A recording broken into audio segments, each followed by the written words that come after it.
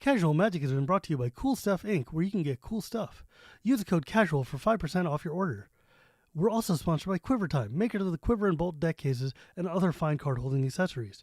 Use the code CASUAL on their site for 10% off your purchase.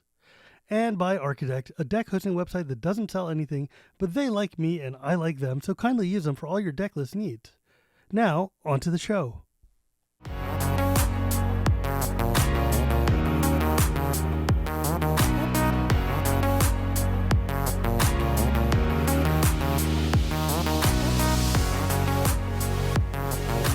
Hello and welcome to Casual Magic, the show where we talk about the fun side of Magic the Gathering. My name is Stephen Putton. Casual Magic is brought to you by Architect Architect, Cool Stuff Inc., and Quiver Time. I'm just back from a week-long vacation. I haven't done this for a minute, can you tell? Today, I have a very special guest, my dear friend Gavin Duggan from the Rules Committee of Commander, who we were talking in Vegas about the fact that we haven't, even though we live like exits from each other, we haven't hung out in a long time. And it was also like, why don't we just talk about the things we like about Magic? Wouldn't that be fun to do? And so he was like, what if I start talking about like crazy 4-card combos? And I'm like, brother, you are singing the song of my people. So I was like, hell yeah, let's go. So thanks for coming on, Gavin. I really, really appreciate it. Oh, it's awesome. It's we've done this once before, and yeah, it's been a long time, and it's just super fun to sit and chat and talk and think. Yeah, like it's funny because every time I've talked to folks on the RC about coming on my show, they're like, can we just not do the biographical part and just get to the part about talking about fun Magic cards? And I'm like, sure, the next time. Well, rarely get a next time, but this time around, yeah, come on, man, let's go. First off, you and I had the distinct pleasure of flying to and from Vegas together randomly at the airport, which is delightful. How was your show?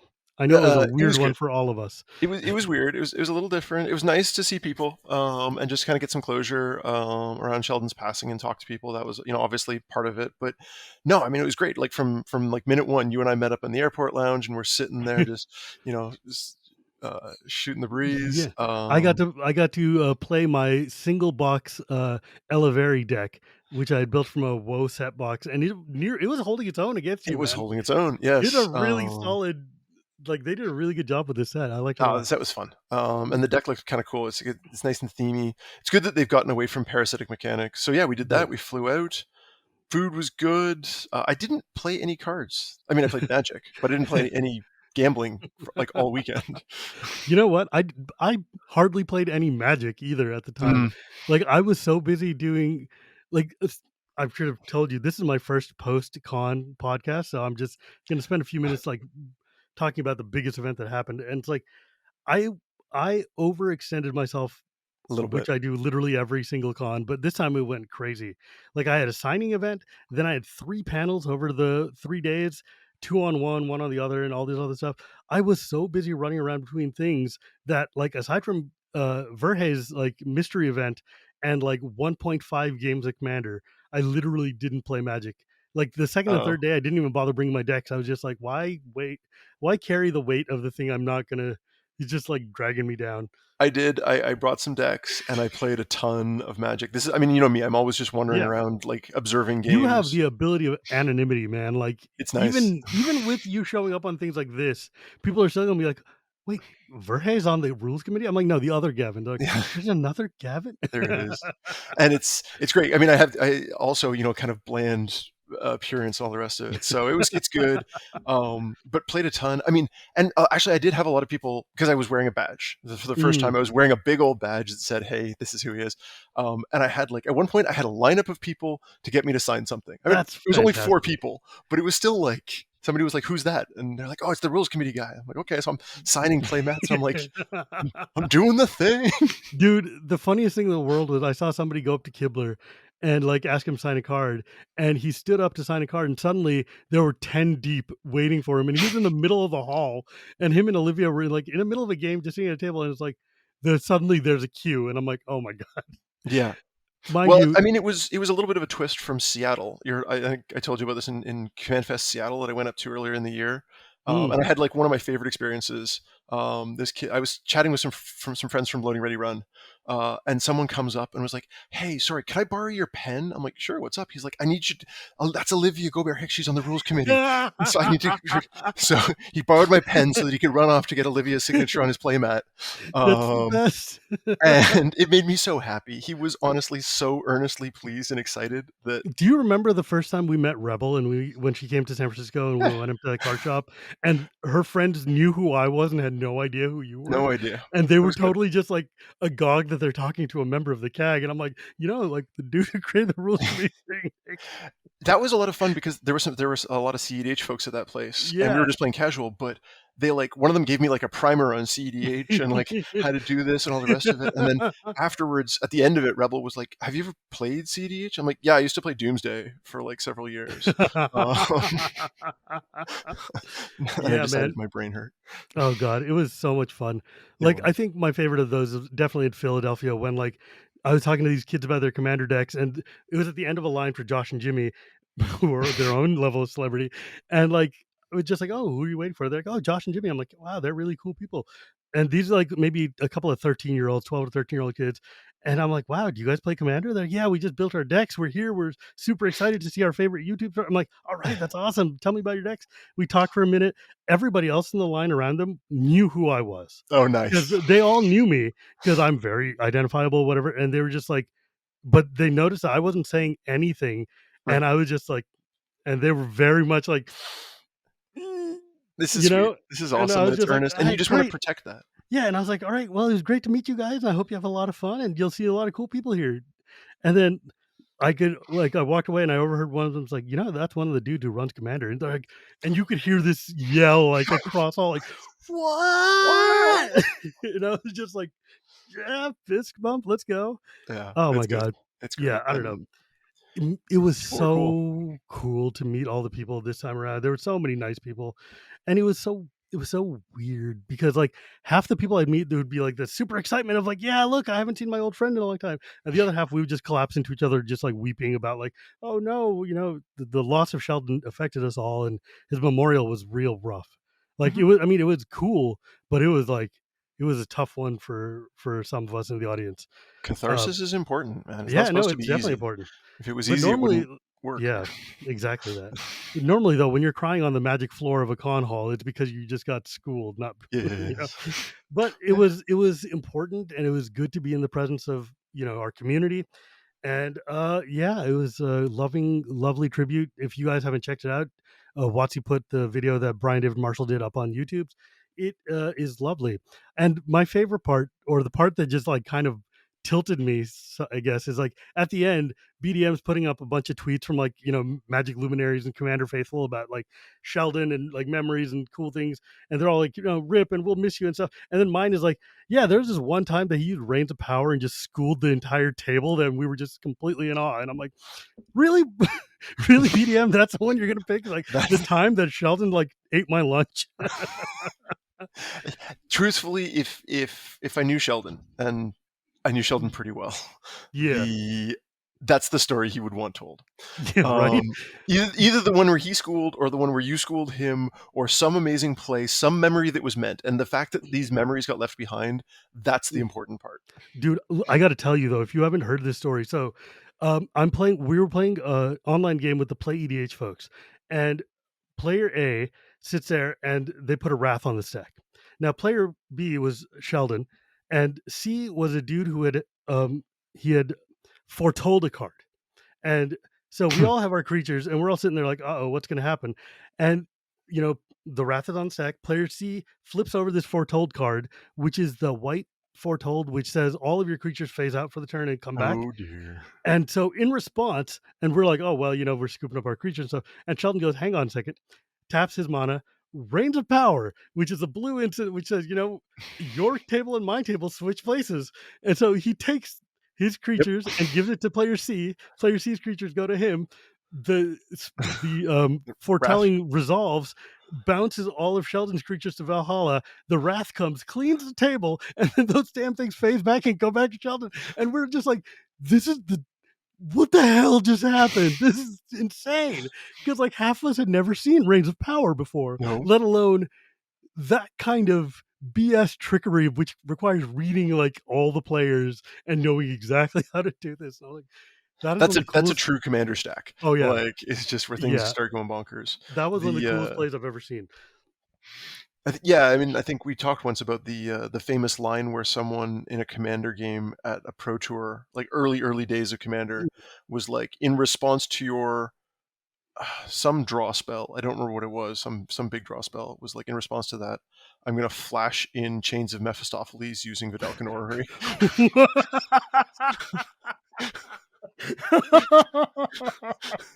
Oh dear. Get wrecked. Pooh Get Bear says, wrecked. "Oh dear." Oh my god.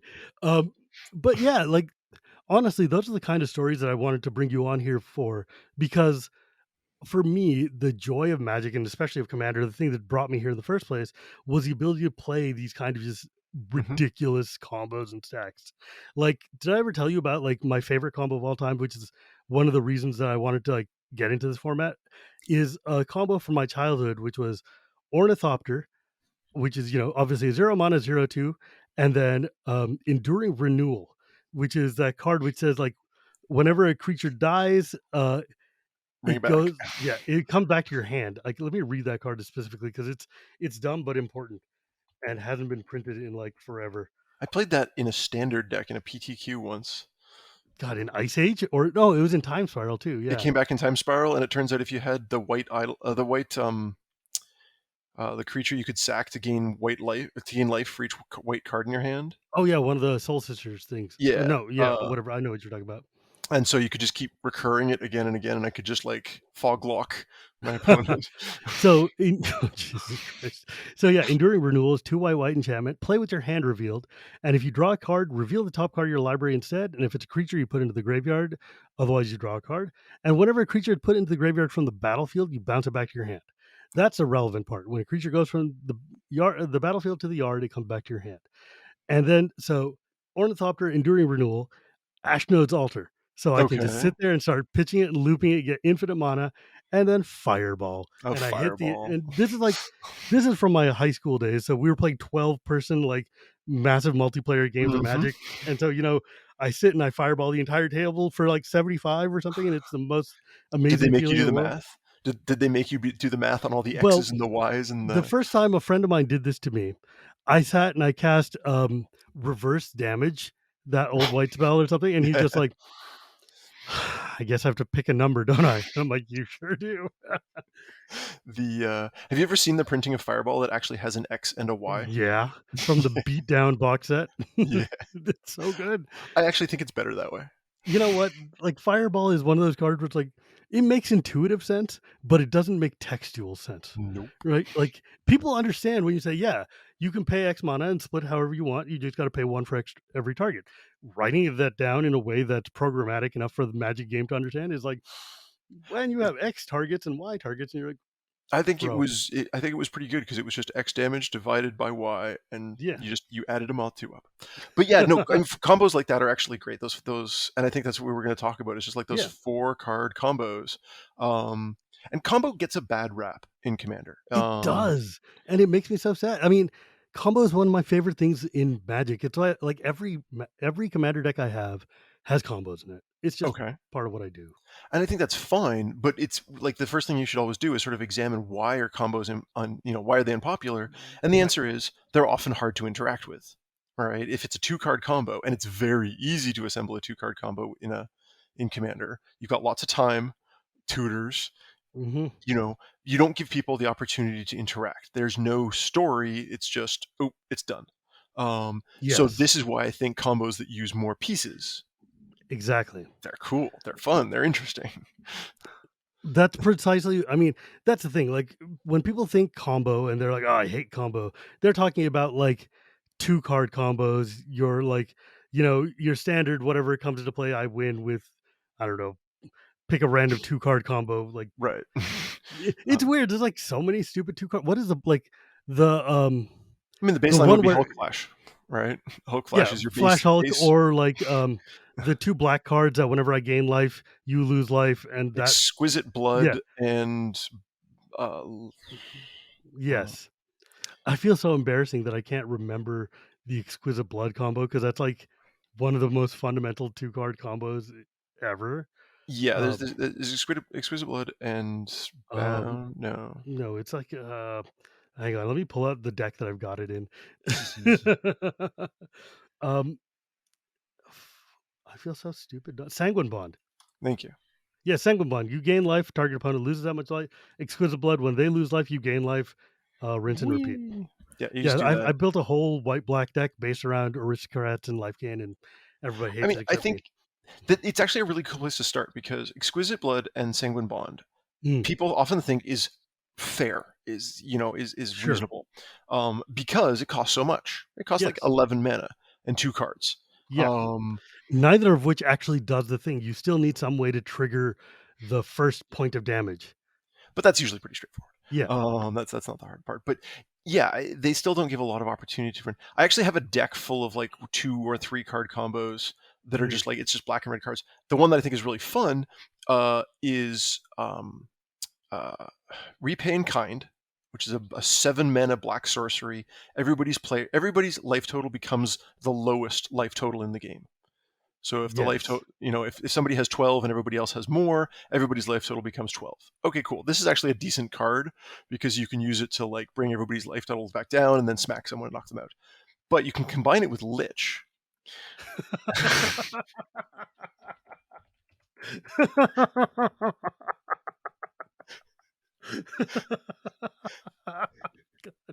God damn it. That's so And the good stupid. news is, yeah, it's terrible, it's horrible.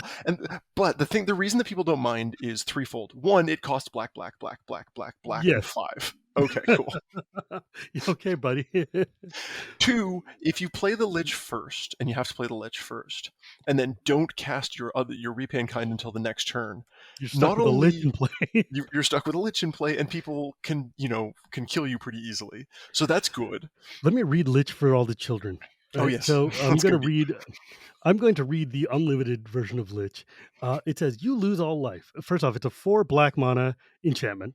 It says you lose all life. If you gain life later in the game, instead draw a card from your library for each life. For each point of damage you suffer, you must destroy one of your cards in play. Creatures destroyed in this way can't be regenerated. You lose if this enchantment is destroyed or if you suffer a point of damage without sending a card to the graveyard. Or in modern terms, when it enters the battlefield, you lose life equal to your life total. You don't lose for having 0 or less life. If you gain life, you draw that many cards instead. And whenever you are dealt damage, you sack that many non token permanents. And if you can't, you lose. GG's. This yeah, card is like heinous. it's It's terrible. delightful. It's hilarious, but it's also like, buddy, you better know what you're doing when you play a Lich. Right, which I always loved because that is sort of the theme of the Lich spell in Dungeons and Dragons. Yeah, But it's great, and do this, and you can do these kind of combos. But it gives people an opportunity. If they have a disenchant, they kill you. Okay, high risk, high reward. Um, sure. so that's a good one, but it's still not the kind of uh, Rube Goldberg machine that people really Yeah, love. also, though, if you win off of a repaying kind with Lich in play, you won. Like, you deserved it. Good for you. And I tend to cycle them out for a while afterwards. If I win with a particular combo, I think the most important thing about playing combo in a casual game is that you're telling a story. Don't Yes. tell the same joke twice. Yeah. Yes. You tell the same joke twice is not funny. So just take it out of the deck for a while. That's one of the things I think a lot of people would serve to remember. It's like, and first off, I'm not dogging on competitive play or CDH. I'm talking strictly from a casual perspective. If you come to a casual game and you got a deck where you've got like one win con and you're tutoring for it, and all you're doing with that deck every time is, I'm going to find these two cards, like, I'm going to find my ad nauseum, my Thoracle, and I'm going to win, or I'm going to find whatever it is, and we're going to use these two cards and it's going to win and it's going to be the same every time. Chances are your friends aren't going to want to play with you, and that's also why people hate combo at casual tables, because you're just doing the same devoted druid trick every game. Yeah, I know what that deck does. It's boring. right. Like, And it's y- fine if the point of the game is to win. If everybody yes, agrees that the point is to win, then sure, that's fine. But you're not trying to be as entertaining at this point. You're looking for a different kind of entertainment. right, exactly that. It's the interaction. It's you play this spell, I play that spell, you play. Okay, cool. That's a different kind of story, and those stories don't tend to be the same each time. Right. There's variety that comes from the interaction. But if you're playing in a lower interaction game, then each player is responsible for telling an independent, an interesting story on their own. And there's Right. an asterisk here we can come back to later. Um, Well, because like one of the things, like one of my favorite combo decks that I own is my Brea deck, because Brea mm, is unto herself already an engine of just like doing myriad different things. But this deck is just stuffed full of onesie twosie pieces of combo that please stop discording me, folks. Um, yeah, this deck is just stuffed with like pieces of combo, and so like I don't know which A is going to come out and which B is going to come out of the deck because I deliberately don't tutor. But it means that sometimes you get accidentally oopsed into a combo that wins the game, and it's hilarious and weird and different every time because these are all just combinatrix that like Voltron into combos in different ways. do you know one of my favorite combo tutors is Mm, the spells Acquire and Bribery? mm, Because any combo is fine if it uses a piece from your opponent's deck. fair, fair. Okay, so if I'm gonna, acquire. So bribery, for those who don't know, is a 5 mana blue sorcery. So blue, blue, and 3. Search your opponent's library for a creature, put it on the battlefield under your control. Yes. Acquire does the same thing, but for an artifact instead of a creature. Yeah, or Um, like villainous wealth type of spells. sure.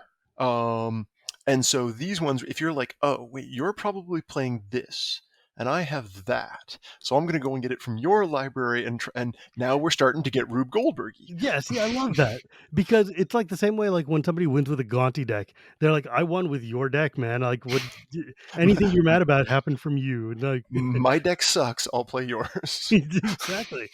But there's something to be said about just like I love the thing like I love about Commander is that there's four people at the table with four different decks. This combination of decks may have never happened before, may never happen Mhm. again, and you're going to play a card that's going to interact with my deck in a way that I did not anticipate when I built the deck, and now weird things are going to happen. Yeah, Right? and Like that's where it's at. that's what I'm here for. I want to play things, and I want you to play things. I want me to suddenly go like, all of my swamps suddenly are islands. I don't understand what just happened, or whatever it is. Have you ever seen Reality Warp? I love Reality Warp. Oh my god, Nobody loves Reality Reality Warp Warp. and those other one, the Twist. What the hell is it? Reality Twist? Yeah, Yeah, Reality Warp was. They're both Ice Age cards. of course Um, they are. They've that got like was 4.5 yeah. paragraphs of text on them. Yeah, Reality Twist was like the one I used the most. It was first off trivia. Reality Twist is one of the few cards in Magic that was designed, named, and painted by the same person, Hmm, James I did not Ernest, know that. who is also the guy who created cheap ass games later on. Okay, So like the cheap that's a ass games, which pretty good I'm like, track record. Kill Doctor Lucky and everything like that. But Reality Twist was a 3 blue mana, so blue blue blue for with a Cume upkeep of 1 blue blue, and it says if tapped for mana, plains give you red, swamps give you green, mountains give you white, and forests give you black instead of other types. I love this card. People hated this card when I was a kid and I So used to much. play this thing because it's such a mess up card because suddenly you can't play your deck. But if you're playing multicolored, suddenly all the things do weird things, and it's You like can do really that. Yeah, really funny. and you can use things like clock spinning to make it last Yes. forever. And it's so stupid. It's so stupid. So stupid. Yeah, and of course, you'll only get one game with that group of friends, but it'll be a good one. Well, and like I always kind of enjoyed playing against both stacks and combo decks, Mm, because it's a puzzle. Now, yeah. I had a really cool conversation going back to what we were talking about earlier at Vegas. I sat and spoke with Sam Black for a couple of hours. Mm. Because if you get a chance to talk to one of Magic's greater minds for a couple of hours, you do it. Um, The other card you were thinking of was Naked Singularity, the artifact that thank does the you. same thing. Yes, Naked Singularity does, and again, it scrambles the color pie. Yes. Um, It and he was really talking does. about how the right way to break down whether a game is going to be interesting is A, are you trying to win the game or do something entertaining? And B, are you trying to prove yourself or experience something? And this, goes to your standard psychographics. I don't think I'm not actually doing it justice. His explanation was a bit better, but Sam spends a lot of time thinking about these things. he does, and it's pretty cool. So really, what it comes down to when you're designing your combos, and I think like what we're kind of orbiting around here is that okay, what do people want out of the game? If people want to try and solve a puzzle, then it's great to present them with a puzzle and they can try and solve that. But Hmm. if people are trying to experience a thing, then presenting them with a puzzle is actively taking away what they want from the game. Yes. Yes. So you can design combos either way. You can design combos that are like, all right, how do you thread the needle to escape from this stacks lock that I've built?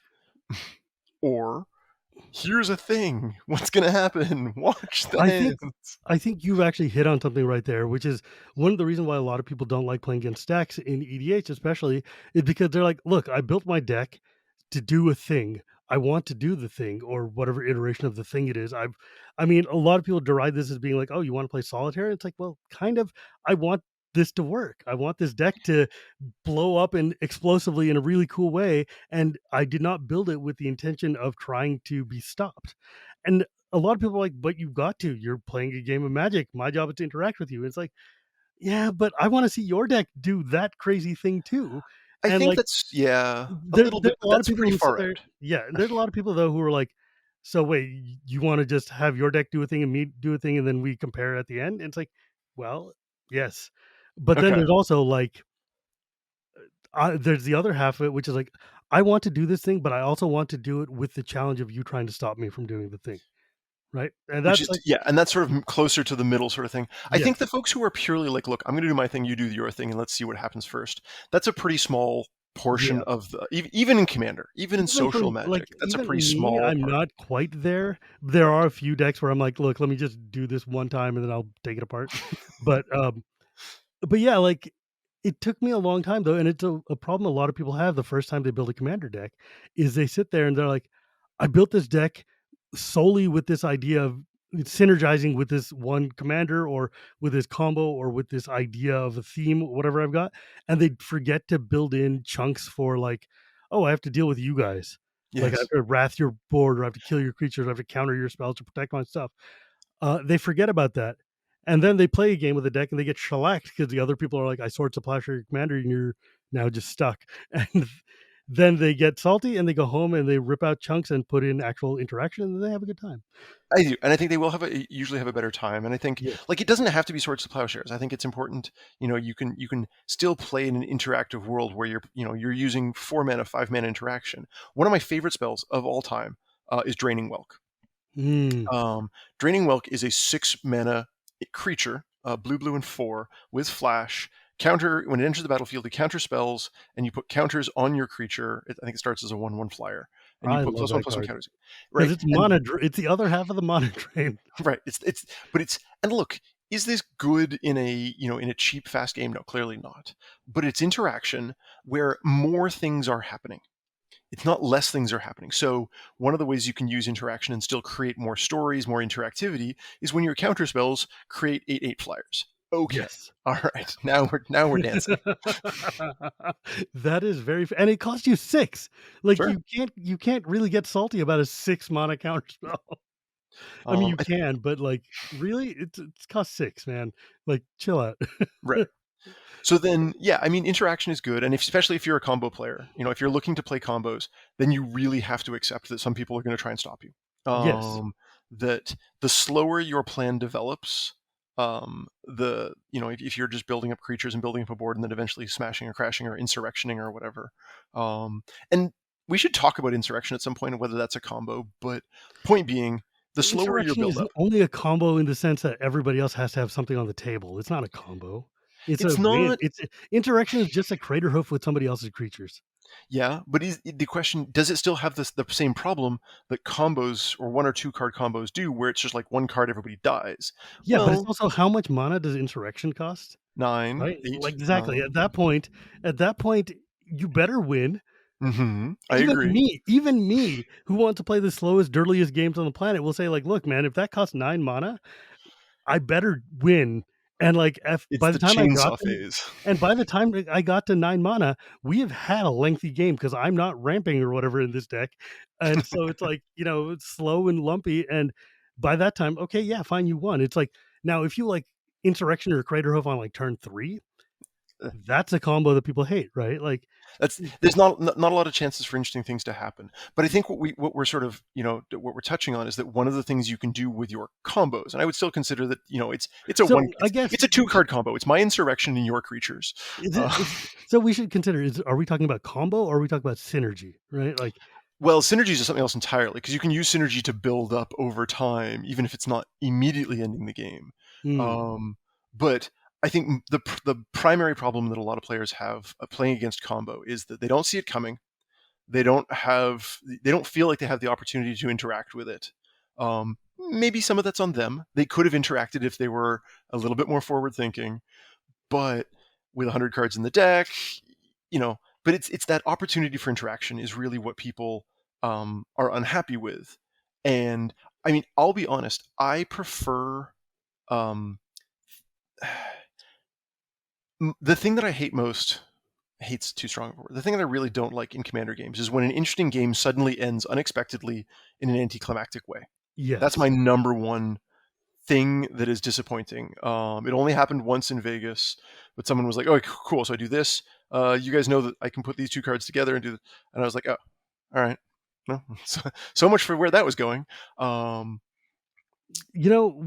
of there was a game I played, not at Vegas, but another time with my Minsk and Boo deck, and in that I had just put in this combo with All Will Be One, which is a red enchantment that says when you put one or more counters on a permanent or player, it does that much damage to target opponent, a creature opponent controls, or their planeswalker. And then the Red Terror, which was from the Warhammer deck, which is whenever a red source you control deals damage to one or more permanents or players, you put a 1/1 counter on it.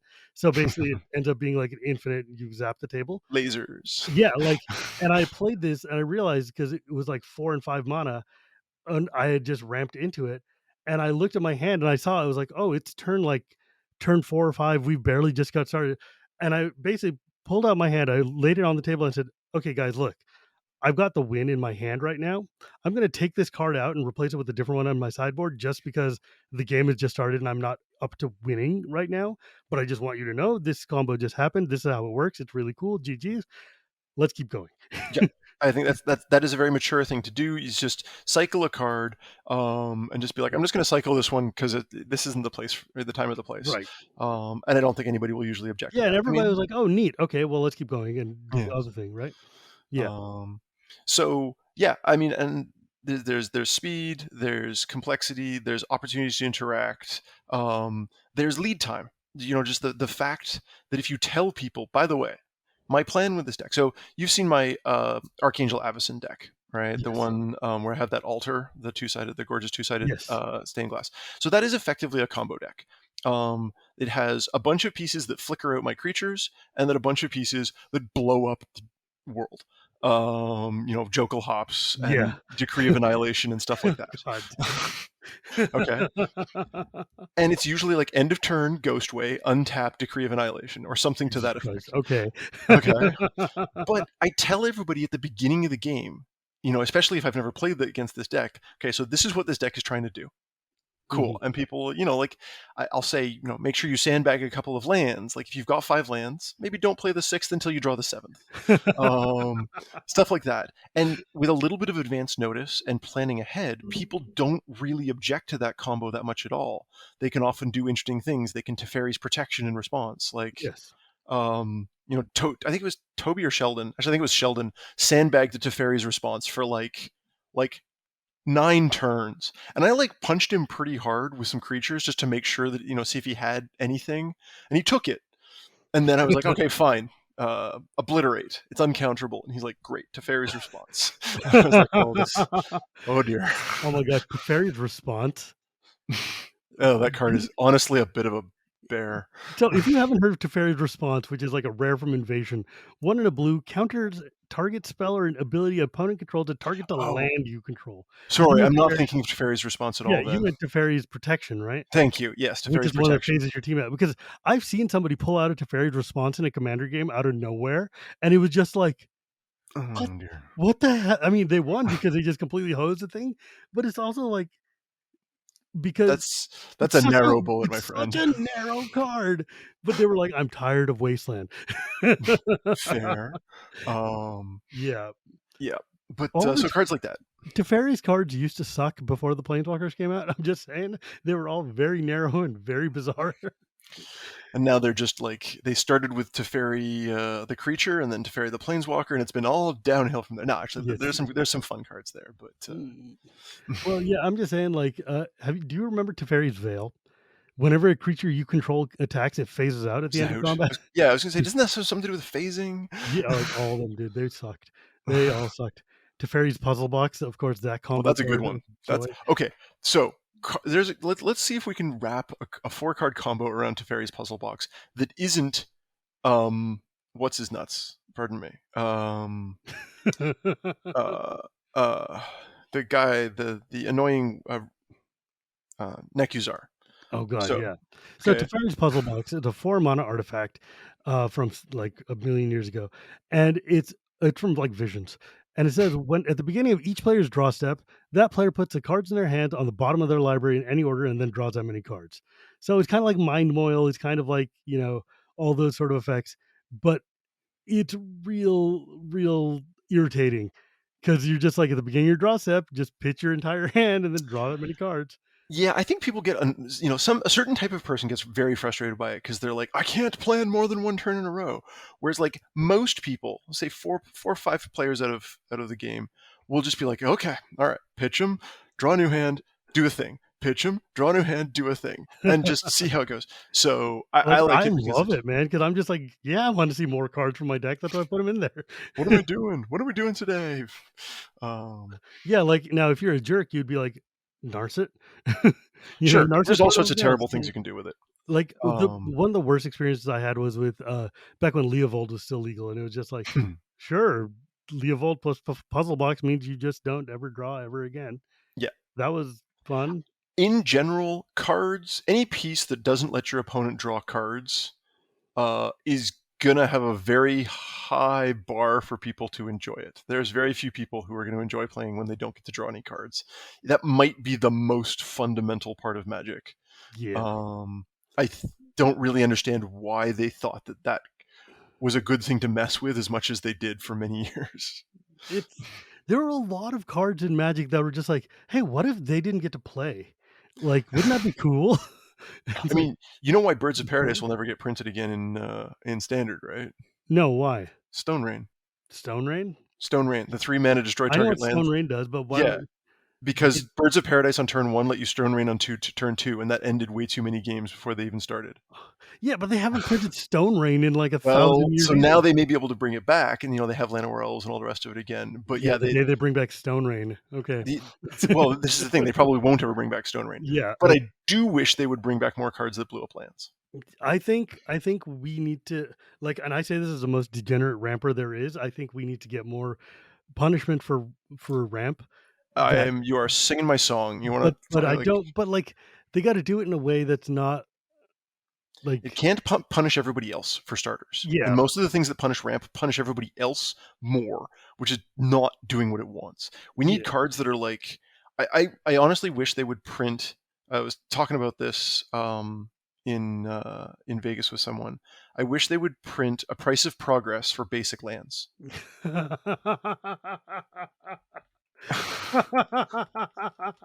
That's so mean. Right? Like it could cost 5 or 6 mana. It costs 5 mana, and each land deals 1 damage to its owner, or deals 2 damage to its owner, right? And Yeah. fine, in Commander, this is going to do a lot of damage, even for normal players.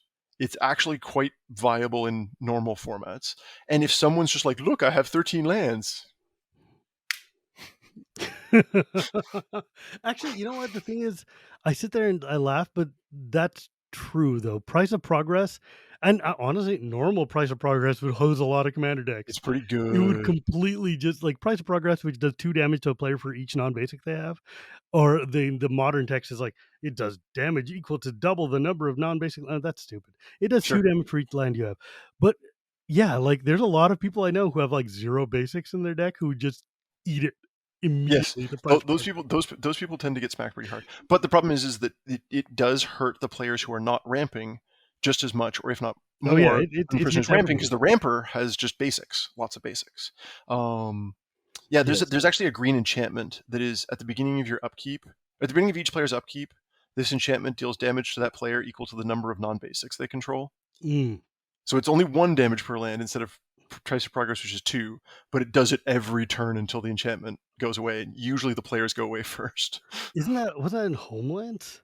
I don't remember. It was a long time Primal ago. Order. Yeah, Homelands. Yeah, It was the enchantment in Homelands because I remember it's like one of the 3 good cards from that set.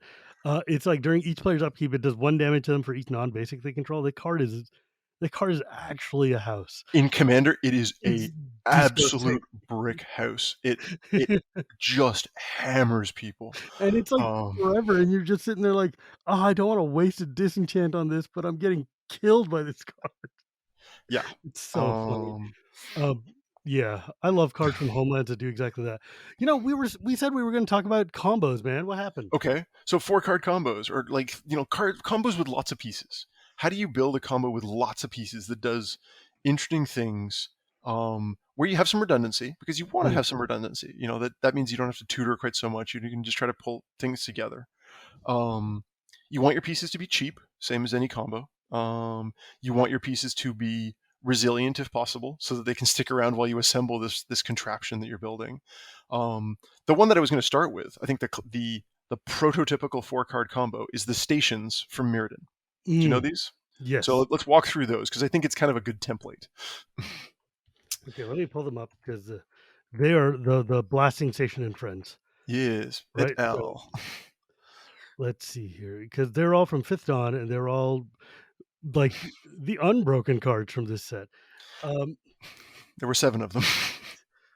Seven non-broken cards, 4 yeah, of which were right, the like stations. okay, so there was Blasting Station, which is the one most commonly used these days.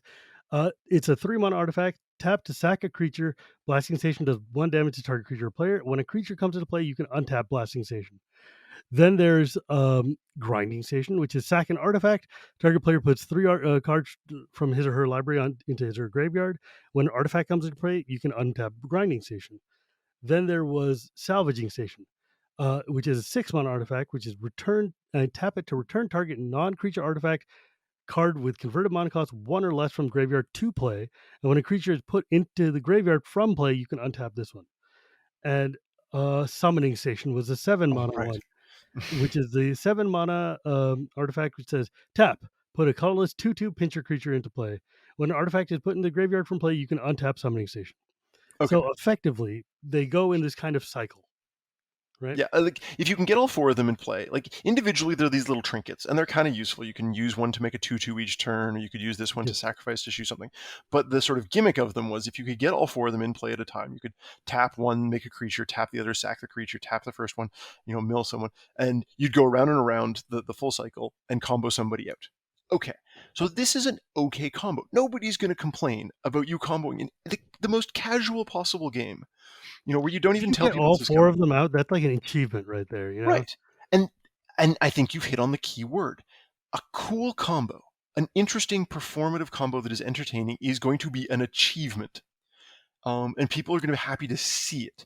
So then what you want to do when you're building a combo deck like this for performance reasons for a commander is, what can I do to put some pieces together? Something that generates mana. Usually you want cycles. Cycles are Mhm. really powerful. Either There's that or also the modules from Kaladesh which did the exact same thing as the stations. yeah, and I'd forgotten that there was a sort of a second go round. Yeah, I love that Um, because animation module was like when you put a 1/1 counter, 1 or more 1/1 counters on it permanent, you could pay 1 to make a servo and, pay 3 and tap to choose a counter on a target permanent or player and give them another one. Then there was, where the hell did the other half go? The problem is, like, they don't just easily show up. Decoction module, which is whenever a creature enters a battlefield under your control, you get an energy, and you can pay 4 and tap to return a creature to its owner's hand. And then there was fabrication Energy. module.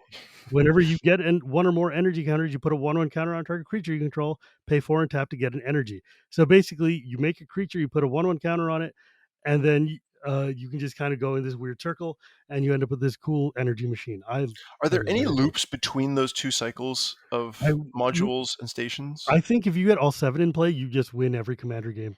Like, Yes. Like, just send me a picture and I'll write you a uh, certificate that right. says Yeah, exactly. Like, I will send you a signed card or something, like, if you can get all 7 of those in play. you win the Yeah, format for today. seriously. You are Tuesday's winner of Commander. Um, but I think you can build combos like that. Things that cost 0 are always broken. Anytime the number 0 appears on a Magic card, it's broken. Mhm. Um, you can find things that generate resources, and then there's sinks and spouts is a good way to think about it, where you've got things that generate resources, things that convert the resource, and then things that spend that resource to get back to where you started. And as long as you've got a little bit of positivity, that's where your combo goes off. The trick is, and I think this is where it's kind of clutch for deck building. 3 cards, a 3 card combo is fair. Okay, a Yes. two card combo is unfair. Obviously, it's actually sometimes fair, but a 2 card combo, most people are going to be look at it and be like, it's boring. A 3 card combo is legitimate, and people are going to be like, yeah, okay, fine, 3 cards, you win, reasonable. I'm not going to complain about it, but it wasn't a 4 card combo. The real reason that I wanted to talk about 4 card combos, and we were yakking about this before, is that if you pull off 4 pieces that interact in some way, people are happy to be part of that. Right. And that's what you're aiming for. You want to give them an experience. We give the other players at the table, and not only have you won the game, you've won the game. Right? It just feels good, and everybody's my goal is I want you to sit there and go like, "Damn, that was the coolest thing I've ever seen," and then go away from the game feeling like that was awesome, that was worth your time, right? Like, I hate it like, when a combo is just, like, perfunctory and there's like, "Okay, well, I guess you win," as opposed to, "Wow, dude, you blew me up with that? Holy crap." And it feels good. It feels really, really good. Yeah, I think there's a couple with vampires. If I remember correctly, there's some interesting. So vampires often get like counters, and then spend counters to do things. And I seem to remember there are a couple of 4 card combos you can put together with some vampires, and um, again, there's that enchantment where you can pay 3 life to put a +1/+1 counter on something. Twisted Symbol? No. Ye Uh, Something mm. simple. Yes, it was like that's actually a really good card. I remember I was talking about that to somebody. I think it is something symbol.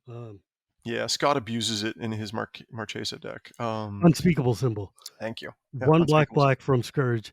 Pay 3 life, put a 1/1 counter on target creature. Right. Way better than Uh, you think it is. Way better than you think it is, and a good way to start a combo loop because you don't need mana to start it off, so you can put some counters on things.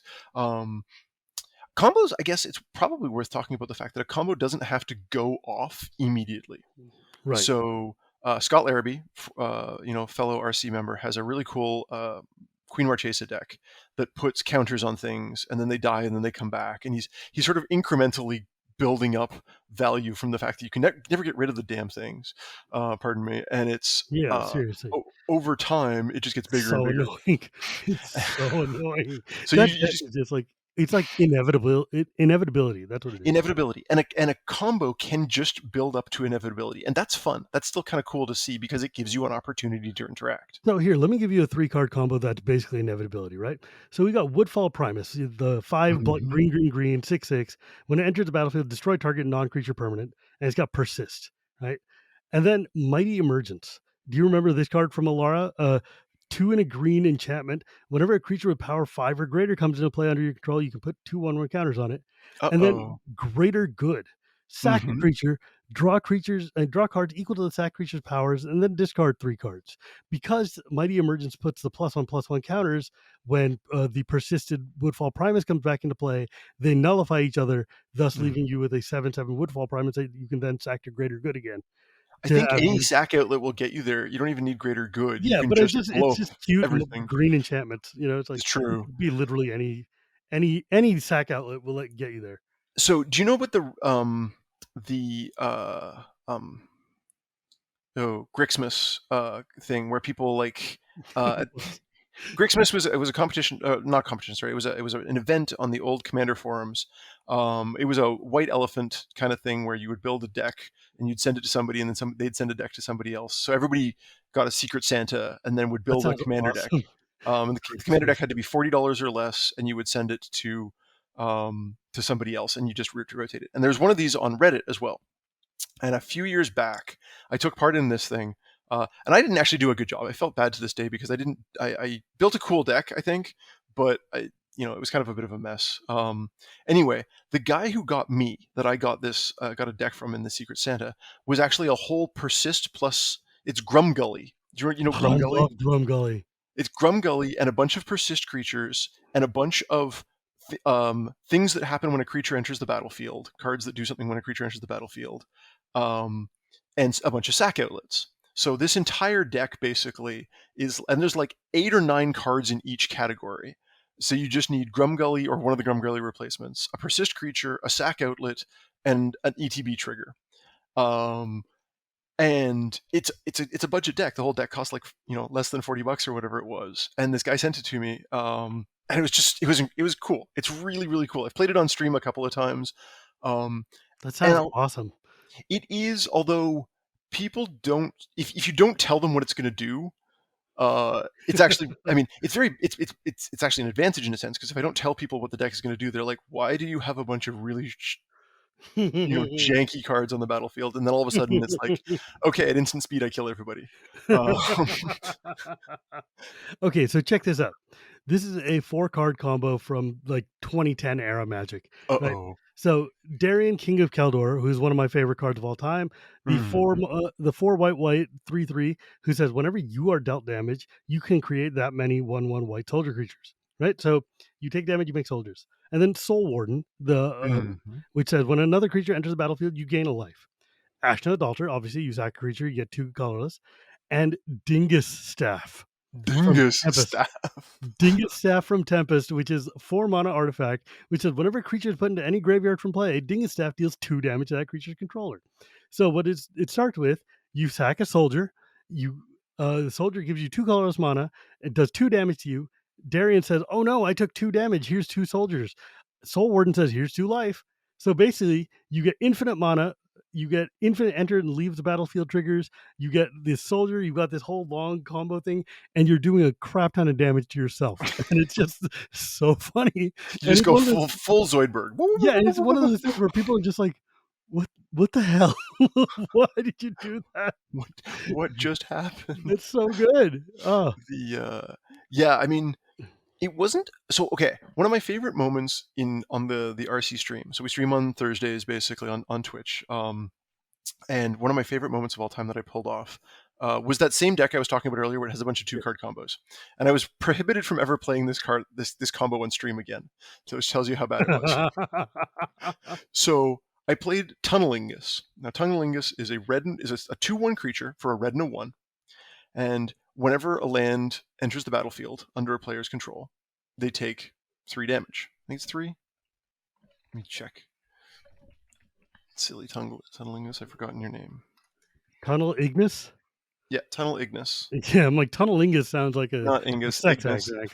Yeah, okay. 1 and a red for a 2/1. Whenever a land enters the battlefield under an opponent's control, if that player had another land enter the battlefield under his or her control, Tunnel Ignis does 3 damage to that player. Okay. So basically, extra lands deal damage. Fine. Perfectly fair card. Punish ramp players. There's Very your nice. ramp hate right there. There's your ramp hate right there.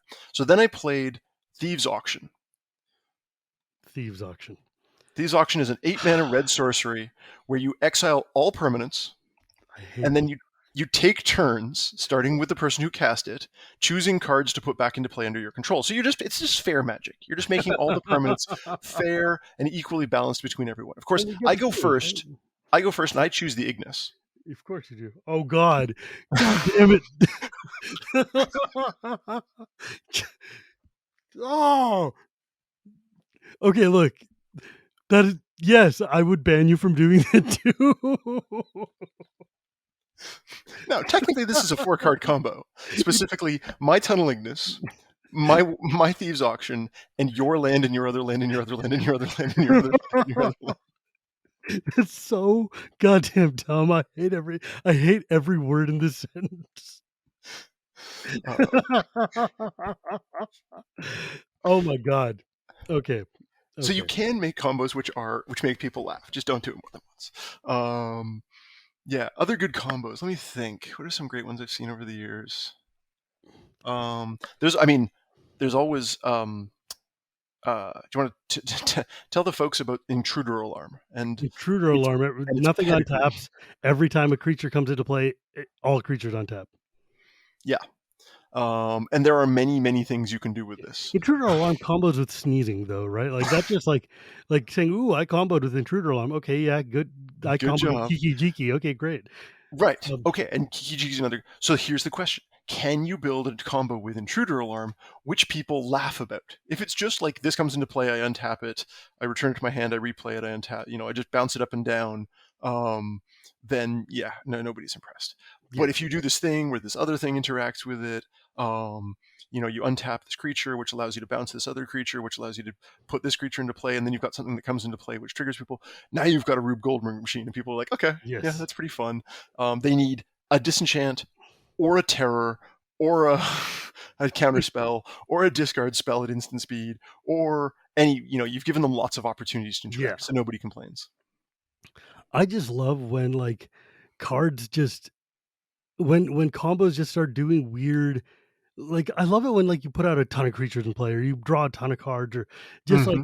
I did something and suddenly there's, like, 4 to 6 cards on the table that are just doing some weird, wacky stuff, and I trust me, by the end of it, somebody's gonna die. I promise, really just gotta get this thing going. Give me a second, it'll happen. Oh my god, what the hell is happening? And then, like, somebody on the other side of the table is like, "Dude, if you those 2 cards you just played right there win." And I'm like, "What? Oh, crap. I've never had them in play together before." And they're like, Uh, I mean, yeah, Toby. I remember Toby comboed off once in a Commander game many many years ago, back in at Pro Tour Charleston, where he stole my Tidespout Tyrant, and he'd been doing things. Tidespout Tyrant is like a 7 8 mana blue creature that whenever you cast a spell, you bounce target permanent. Um, and something happened, I don't remember what, involving like an aura thief and some other stuff, and he's like, oh, I think I do this and then do that and then bounce stuff, so that was cool. But it is true that not every dirtily combo is fun, and the two classic counter examples that people will know from competitive Magic are eggs. "Oh god." Okay, eggs is do we even want to explain how eggs works? We might give people bad ideas. You know what, dude?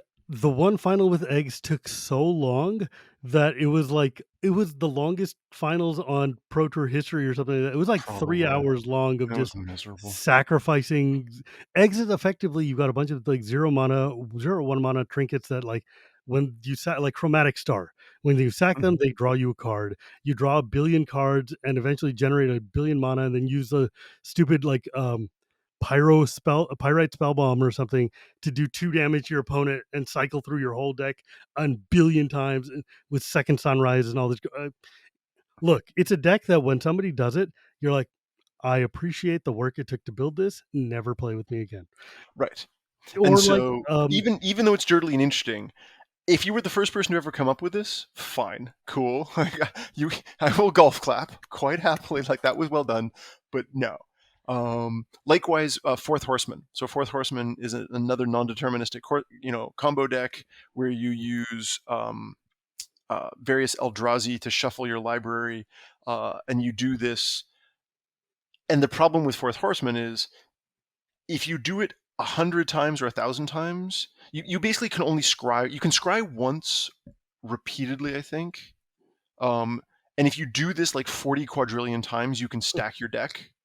Um, and but you're not guaranteed to be able to stack your deck. You can guarantee within an epsilon of 0 that your deck isn't unstacked, but the epsilon is always non-zero. So you can basically say how likely do you want it to be? Now, how many nines do you need? And I'll tell you how many times you need to go through the loop. so the 3 cards you need for the 4 horseman combo is Mesmeric Orb, Basalt Monolith, and Emrakul the Aeon's Torn. Okay. Basically, so like Mesmeric Orb is like you have to put the top card of your library into your graveyard whenever you untap.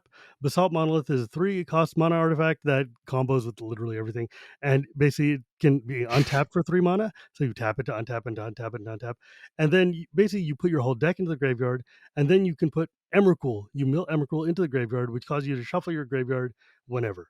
So basically, the whole point is eventually you get like a bunch of Narcomoebas out in play and Dread Return, and then some garbage happens and you win. No, if it was just that, it would be fine, because then you'd just be playing old school dredge where you get some Narcomoebas into play, you'd sacrifice the Narcomoebas to your Yeah, dread return, you put something big into and you'd be they had fine. like Sharoom and Blasting Station and other things like that. But this one is so I'm reading a A a primer. primer that was written by Snow Leopard 91, which is basically like, the Four Horsemen loop is once you have your narcos in play, then you have to basically wait, what the hell? Okay, I'm going to read this directly because it's wild. If you have your 4 Narcomoebas in play and you execute your deck depleting loop in search of the right card combination to assemble the win, only to have to shuffle your deck and try again, the game state is only changed in as much as your deck has assumed a new random state, likely distinct from the one it had before executing the loop. Mathematically, one can prove that in an infinite number of randomizations, any finite set will assume every possible arrangement an infinite number of times. Thus, you could validly declare you've performed the shuffling operation an infinite number of times to achieve the desired deck configuration, then proceed to arrange your deck in the state you desire and execute the final iteration. So it basically lets you stack your deck, Yeah, but basically, but it requires not just billions or trillions or quadrillions. It can actually offer like you can like this is one of the few cases where you might actually need to use the number of a Google. that's so dumb. It's very dumb, and nobody wants to listen to the math. Like, I mean, look, I have a degree in mathematics. I still don't want to listen to someone explain the math of how to do it. It's fine. Yeah, I get it, but don't bring that to the table. Yeah, no, that's why so slow play exists, right? Like, just get out, just leave. Well, Stop. the reason this deck caused a real problem in it didn't actually cause a real problem. It caused some consternation among a small section of the Magic playing population because if you are playing slow play is defined as not advancing the game state. But in the case of the Four Horsemen deck, your deck is never in the same situation twice, which means you're not slow playing. You're still advancing the game each time you go through the iteration because the deck has changed. And some people are like, "So I'm allowed to do this?" And the judge program was like, "Nope." And we're not explaining why. You're just not. You know what? There's a point where it's just like it is better for all of us involved if you just accept that this is not a thing you can do anymore, This is and not a thing you can do anymore. we're Precisely. just gonna walk away from that. And But I like, think it's a good example of how something can be interesting but not fun. yeah, I mean, if you want a more recent example of that, just think about the Lantern control decks in Modern, right? They use Okay. Lantern of Insight. Each player plays with the top card of their library controlled, and then you can force people to like mill a card with Codex Shredder or shuffle their stuff, and you basically control their entire deck and win eventually some way. But it's just Somewhere. really long and miserable and lost Yes. county. Or the It's like Nexus great, of Fate deck was the same way. And yeah, like, it's like look, I don't want to sit here and crap on all combos because like those are fine and fun in their own place. The question is, if you want to build a combo deck for Commander, how do you take something like that and make it interesting, make it surprising or silly or fun or goofy? Um, and I think it can be done. Leveler. Do you ever seen the card Leveler? isn't that like you exile your whole library? Yeah, it's like a 4 mana 8/8 creature or 10/10 creature that when it enters the battlefield, exile your library. And kind of like the Lich combo we were talking about earlier. This is a card where it's like, all right. So let's say, for example, you exile your library and then you shuffle a card from your hand back into your library so that you can draw the same card repeatedly to do something kind of cool. Hmm. Okay, all right. Now you're starting to do something kind of goofy. This is fun. And if your opponent happens to have a disenchant, well, you've lost. So there's some risk and there's some cool fun involved. Like Logan once sent me a combo that basically is the most do nothing combo you've ever seen, which is like, um, you've got Hive Mind. Hive Mind says whenever a player casts an instant or sorcery, each other player copies that spell, and they can choose new targets, right? And then you cast Enter the Infinite, which is like 8 and 4 blue, so like 12 mana. No. Draw cards equal to the number of cards in your library, and then put a card from your hand on top of your library, and you have no um, hand sized, right?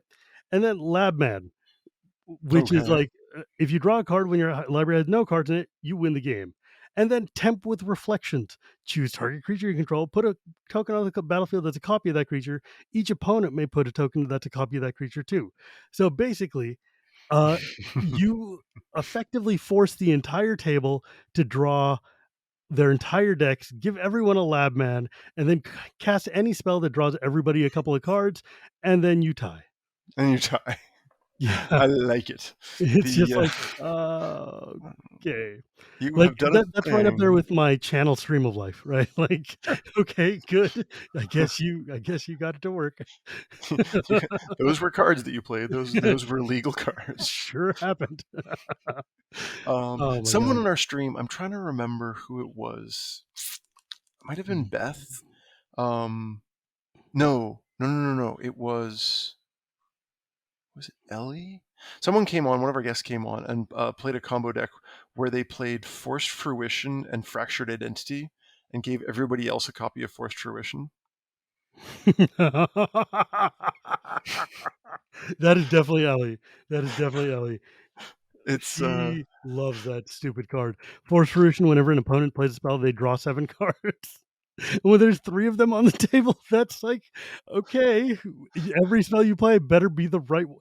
You know what's funny? Force Fruition was just in, Wilds of Eldraine, and I was okay. playing it in I was playing a limited game where a dude dropped it against me, and I literally had, like, 2 spells I could cast before I decked myself, and Mm. that was one of the most tense and interesting games I've ever won, because I was just sitting there like, "How do I sequence this so I don't just, like, obliterate my deck in the way of trying to beat this guy?" And it was so cool. It was such a neat puzzle to solve Yeah, because in 100%. limited, you're like, "What the hell is going on?" But this is also kind of why, like, Paradox Engine doesn't exist in Commander anymore because it combos with everything, but it's not a deterministic combo, it's not a fun combo, and it doesn't even win, honestly. Doesn't even win, and when it does, like, what it does is just making lots of mana for the most part. Yeah. Um, and it's doing the same thing repeatedly, slowly, and non-deterministically, and everybody just sits there twiddling their thumbs, and it's like the worst offender of that sort of style of, hang on a second, I'm gonna go and do something for 20 minutes. So Um, Ben Blyweiss from Star City posted a combo when Woe was being revealed with Blossoming Tortoise. Do you remember Blossoming Tortoise, the mythic from Woe? It's the relevant ability here. It's a 3/3 turtle. it's the Is that land guy. yeah? Is that activated abilities of lands you control cost 1 less to activate? And so he had a Dark Seal Garrison, which is the fortification from basically land I, equipment, right? yeah, it was a And it land. I says love that card. I wish they'd bring whenever back fortifications. I think so too. I think they're awesome. Basically, it says whenever fortified land becomes tapped, target creature gets +1/+1 until end of turn. And he put it on top of Deserted Temple from freaking Odyssey, which is tap to add a colorless to your mana pool or pay 1 and tap, untap target land. So effectively, because the 1 and tap is now just free untap target land because of Turtle, you can then effectively buff something infinitely with Woohoo! just tap your fortification a million times. Like, Bonk. it's the dumbest 3-card combo in the world. Nobody feels bad that you got it to Yeah. work because it requires 3 ridiculous cards to happen. People would be happy to, like, I think most players will enjoy losing to that. Um, Yeah, and like, it's that's the just sort of like thing I love. the so here's an interesting question. If you manage to assemble a combo, for example, Humility and Night's Whisper. So Humility makes all creatures 1/1s, Night Whisper gives all creatures -1/-1. Sit. Everybody sit. That's like, putting out, like, Urborg, Cormorspell, and then, like, Elish Norn or something. It's just like all your lands die. Yeah. Well, okay, lands is even worse because then it's like, Yeah, yeah. well, Elish Norn and well, Elish Norn is one of it these Elish cards Norn's a they keep combo by printing. itself, right? It is kind of a combo by itself. And actually, we've talked to Wizards about the fact that they keep printing cards that are combos by themselves, where it's like, especially these cards that are like more for me and not for thee, more Mother of Machines or whatever. Yeah, seriously. Um, but the if you have a combo that sort of, and it's kind of getting stacksy, but again, stacks is another type of combo that gets a bad rap, um, that just sort of says, okay, cool, nobody gets any creatures for a while. Are people's decks, is it a reasonable expectation that you can use creatures in a game of Commander, or is that a reasonable thing to take away for a while? Is it a reasonable expectation that people can use creatures in Commander? That they are guaranteed to be able to use creatures in Commander. That's a really interesting philosophical question because the fact that, like, wraths, like, our format is a wrath format. It Creatures is die a it is lot, wrath centric. Yes. all the time. Yep. I don't think it's a fair a statement to say that you're always gonna be guaranteed the right of your creatures because, like, our format is all I mean, like, people never attack in Commander. I Hmm. wish they would attack more, but the whole point is to play creatures that do things, and the point that they're creatures is because they're vulnerable to removal and wrath and stuff. So I think that that counterplay is kind of part and parcel with the format. Is you expect like I'm going to be playing a lot of creatures, and you're going to try to wipe them from the table. Yep. Like I think it's true, and I think so. The question then is going to the next level where you sort of lock people out of being able to play creatures for a while, not forever necessarily. sure, And they can still use things like ETB creatures that naturalize, because a lot of the naturalizes, the best naturalizes in Commander are stapled to a pair of legs. Sure. Often 4 legs, actually. Surprising number of those cards have, are beasts or whatever that come into play. And but it's if you have a, I think, Haywire if Might's the one from most recently. yeah, Haywire Might, exile non-creature artifact or whatever, well, or that one won't work enchantment. because you need to have priority to activate the ability, don't you? Yes, you do, because you have to pay Yeah. a green and sack it. Green and sack it. So that would be tricky. But I think as long as it's okay to have a combo that sort of Or locks do you mean people out like of creatures. Lauren, who comes into play and kills an artifact or enchantment when she comes into play? Yeah, stuff like that. The one that I always used to like was there was a 4/4 in Invasion. I think it was Invasion. Um, we used to call him Cuddle Beast. God, what was his real name? Um, Yeah. 4/4 enters the battlefield, destroy target artifact or enchantment for Oh, 5 mana. there's so many of those. Yeah, there's a ton of those, and you can still use those. So I think that kind of combo is okay. But what you want, really, we're getting back to the 4 card combo. You've got, like, let's say, Humility and Knight of Souls Betrayal. So that's creatures are 1/1s, and all creatures get -1/1. So cool. Now I've locked those out. You still need a couple of other cards with which to win the game. And if Sure. you're not winning the game and you're just staring at everybody, being like, "Haha, look how," Well, you then know, you're a jerk, right? Like then that. you're a troll and nobody's going to want to play with you ever again. Fine. But if you do have a way of saying, okay, now that I've bought myself some time, I'm going to assemble the other half, shields up, weapons online, then that's Yes. okay. I think Yes. that's fair play, and people will enjoy it. Right. I think that's a reasonable assumption. Like that's the thing. It's like if you're playing things like Thalia or whatever, you're locking down and staxing. It's just I think I call it the cyclonic rift principle. If you're playing a cyclonic rift and you like bounce the entire table, if you win the next turn, fine. NBD, you played rift, you won, great. If you play cyclonic rift, bounce the entire table, and then do nothing, Hmm. that's when Really? it's like that's why people hate that card. Yeah, and you're wasting my time. Yeah, Yeah, it's like that Avacyn deck I was talking about earlier. Again, combo deck. I mean, the goal is, flicker out a bunch of my stuff, play, just destroy the world. I won't play the destroy the world spell until I can play the other half of the combo. Even defensively, like, you can use Jokal Hops as a Wrath of God. You can just be like, well, you're if going to you're a attack me. jerk. It ends up being a pretty jerky play most of the time. So don't do that until until I can win. Yeah. Which, for the record, can require some self-discipline, as most sophisticated things do. You have to be able to say, no, I know that they're punching me repeatedly. I know that it looks like I have no defenses, so they keep, hitting me. I know that I could play my Jokal Hops or my Cataclysm or whatever it is to destroy all lands and all creatures, but I'm not going to, even though it's going to lose me the game, because I can't win the game in a better way. That that kind of discipline is hard to come by. It because the thing is, and when you do that, when you have that kind of like self discipline or whatever, sometimes people be like, "Oh, so what? You're just like you're you're holding back on me, or you're trying to condescend to me, or Are you punting? patronize me." It's like, "Are you punt?" I'm like, "Dude, the this is a casual game. If we're here playing for fun, then read the table, read the room, understand your situation, and be like, don't be an asshole about it. Come on." Yeah, exactly. Anyways, um, yeah, man, I don't know. I've just been thinking about like ridiculous combos, and I'm just going through like I ended up just going through a bunch of random rabbit holes of like old school like 2010 forums and stuff.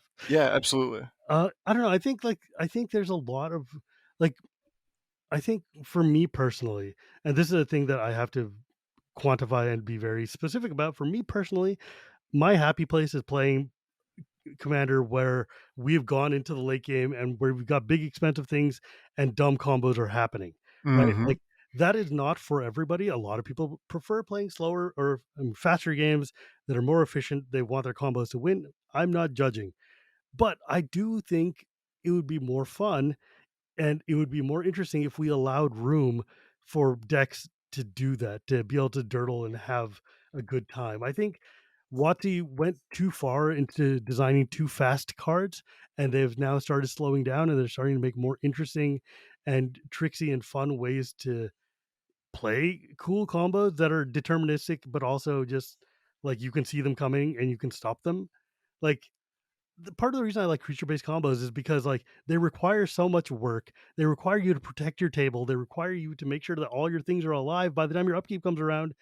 And when you win, nobody feels like you cheated them out of the game. Yeah. No, it's true. And you can do sort of interesting things. Yeah, I agree that they're a ton of fun. Whether it's flashing in a oh shoot, what was that big white lion that you win the game if you have 40 or more life in your upkeep? Felidar Sovereign? Felidar Sovereign. So I have flashed in a Felidar Sovereign at the end of my opponent's end step, using. Actually, I think in this case I was using Scout's Warning, which is the 1 mana instant that allows you to play a creature at instant speed. So Scout's Warning, Felidar Sovereign, untap with 40 life and win. But I had to gain some life to get back above 40. So it was all we were in the 3 or 4 card combo range at that point. And it was like, it was a raspberry. It was just Oh God, I love that. Anyways, listeners, me and Gavin have been talking for a long time and we could probably keep going, but it is late. And so we need to, go to bed and eat food and stuff in the morning. So send me your favorite 4 card combos because I want to see them and I love to see them. But anyways, Gavin, if folks wanted to talk to you or ask you questions about things, where could they go? So yeah, I go by Genomancer on the internet. You can find me on Twitter, on The Mastodon. website formerly known as Twitter. Yeah, no, I just call it Twitter. I don't Yeah, care. we're lazy. On Twitter, but also on Mastodon and on Blue Sky. We have both my personal account, which is Genomancer, and the MTG Rules Committee official accounts there. You can find me and I monitor those. You can also email me.